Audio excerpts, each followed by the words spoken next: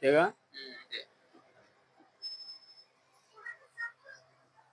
Welcome to our channel Kulabanthula Ramamurthy, world teacher. I am not world teacher. World teachers are Sadguru Subrahmanyam, Illallamudi Amma, Jagadguru Adi Shankaracharya, Muhammad ప్రవక్త, Jesus are Sadgurus world teachers. I am teacher in Vinukonda, that's all. కొంతమంది మన weavers phone చేసి ఏమంటున్నారంటే, అన్యమతస్థుల గురించి, అన్య కులస్తుల గురించి చెప్పడం దేనికి అంటున్నారు. అది కేవలం వాళ్ళ యొక్క అజ్ఞానమే అని తెలియజేస్తున్నా. హిందూ దేశం అంటేనే అన్ని కులాలకు, అన్ని మతాలకు, అన్ని భాషలకు నిలయం. మన దేశంలో ఉన్నటువంటి కులాలు కానీ, మతాలు కానీ, భాషలు కానీ ప్రపంచ దేశాలలో ఎక్కడా లేవు. అయినా కానీ సమైక్యత అనేటువంటిది ఉంది. భిన్నత్వంలో ఏకత్వం అనేటువంటిది ఈ హిందూ దేశం యొక్క లక్షణం. ఏ కులం వాడైనా, ఏ మతం వాడైనా కానీ ఈ దేశంలో ఉన్నటువంటి ప్రతి ఒక్కరూ కూడా హిందువే అంటలో సందేహమే లేదు. అందుకే మన దేశం హిందూ దేశ్ అనేటువంటి పేరు మార్చాల్సినటువంటి అవసరం ఏర్పడింది. భగవంతుడు అన్ని కులాలలో, అన్ని మతాలలో జన్మించాడు. ఆయనకి కుల ప్రసక్తి, మత ప్రసక్తి అనేటువంటిది లేదు. నీకు ఒక చిన్న చీర తగిలితేనే విలవెల్లాడిపోతావు. అలాంటిది క్రీస్తుకి వాళ్ళ యూదులే చీరలు కొట్టి సిలువ వేశారు. దైవశక్తి ఉంది కాబట్టే ఆయన భరించగలిగాడు. అలాగే మహమ్మద్ ప్రవక్త, ఆయన శూన్యంలోనే, అంటే ఖాళీ ప్రదేశంలోనే కాళీమాతను చూసి మాట్లాడినటువంటి వాడు. ఆయనకి దైవశక్తి అనేటువంటిది ఉంది. ఈ విషయం తెలియక వాళ్ళ గురించి దేనికి అంటున్నారనమాట. కాబట్టి అందరూ కూడా దైవ సమానులే అనటంలో ఎటువంటి సందేహమే లేదు. ఇటువంటి సుబ్రహ్మణ్యం లాంటి అవధూతలు, ఇల్లళ్ళమూడి అమ్మ లాంటి తపశ్శక్తి, దైవశక్తి కలిగినటువంటి వాళ్ళ యొక్క చరిత్రల గురించి తెలుసుకోవాల్సినటువంటి అవసరం ఈరోజు ప్రతి ఒక్కరికి కూడా ఉంది. కాబట్టి వాళ్ళకి నేను తెలియజేసేది ఏంటి అంటే, అందరూ ఒకటే. నీ మతాన్ని గురించి నువ్వు తెలుసుకుంటూ ఇతర మతాల గురించి కూడా తెలుసుకోవడంలో తప్పనేటువంటిది లేదు అని ముందుగా తెలియజేస్తున్నాం. ఎంతోమంది ఫోన్లు చేసి చెప్తున్నారు, అందువల్ల ఈ విషయాన్ని చెప్పాల్సి వస్తుంది.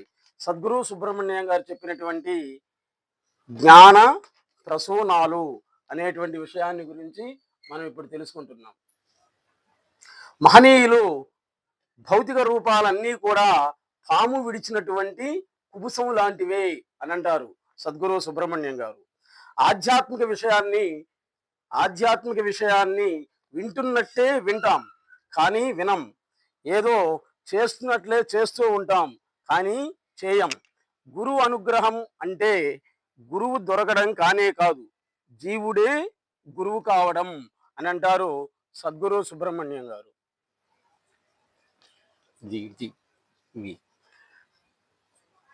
శివుడే శంకరాచార్యుల వారికి చండాలుడిగా దర్శనమిచ్చాడు. ప్రతిదీది కూడా శివస్వరూపమే అనటంలో సందేహమే లేదు. One is all. కలలోని వాడే జీవుడు. All is one. కల కనేటువంటి వాడే దేవుడు.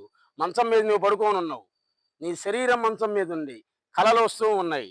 ఎవడో నిన్ను కొట్టినట్టు, తిట్టినట్లు, సముద్రాల్లో పడ్డట్టు, మళ్ళీ వాడే నిన్ను బయటికి తీసినట్లుగా కలలు వస్తూ ఉన్నాయన్నమాట. కానీ ఇక్కడ మంచం మీద ఏ శరీరం అయితే ఉందో అది దేవుడు. కలలో కనిపించేటువంటిది ఏదైతే ఉందో అదే జీవుడు అంటారు సద్గురు సుబ్రహ్మణ్యం గారు. నీకు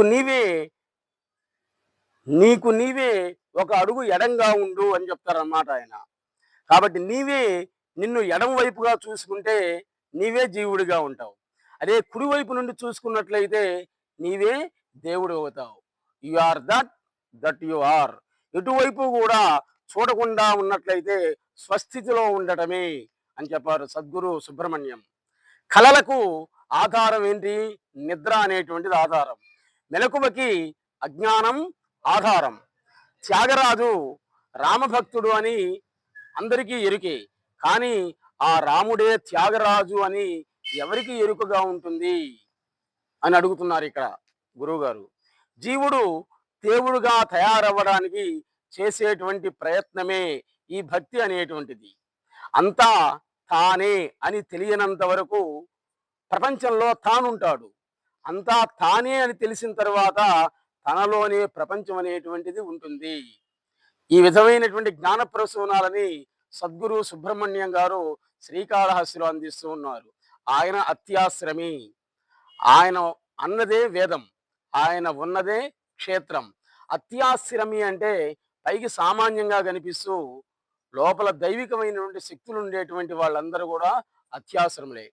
వాళ్ళు ఎక్కడైతే నివసిస్తారో అదే అత్యాశ్రమం అవుతుంది. మరి పరాయి దేశస్తులు 20 కోట్లు పెట్టి ఆయనకి ఆశ్రమం కట్టిస్తున్నారు. చూడండి. ఏ శక్తి లేకపోతే వాళ్ళు అంత ఖర్చు పెట్టి చేస్తారా? ఈరోజు సద్గురు సుబ్రహ్మణ్యం గారిని దర్శించడానికి కొన్ని వేల మంది అక్కడికి వెళ్తున్నారనమాట. కానీ అందరూ ఒకటారి సద్గురు సుబ్రహ్మణ్యం గారిని శ్రీకాళహస్తీశ్వరుడు ఆయన దర్శించి తరించండి మీరని అడిగితే చెప్తాడు. లేదో మెరలకుండా కూర్చుంటాడు. అలాగే బాపట్ల దగ్గర 15 కిలోమీటర్ల దూరంలో జిల్లెళ్ళమూడి అనేటువంటి ఊరుంది. Mother of all, her house is all. ఆమె ఇంటికే అందరి ఇల్లు అనేటువంటి పేరు పెట్టింది. 2 లక్షల మందికి ఒకే బంతిలో భోజనం అనేటువంటిది పెట్టింది. అందరూ ఒకసారి జిల్లెడమూడి వెళ్ళి అమ్మవారిని దర్శించి, ఆమె జీవ సమాధిని దర్శించి, ఆమె చెప్పినటువంటి మహావాక్యాల గురించి పెద్ద పెద్ద గ్రంథాలున్నాయి. వాటిని కొనుక్కొని తరించండి. Please subscribe our channel.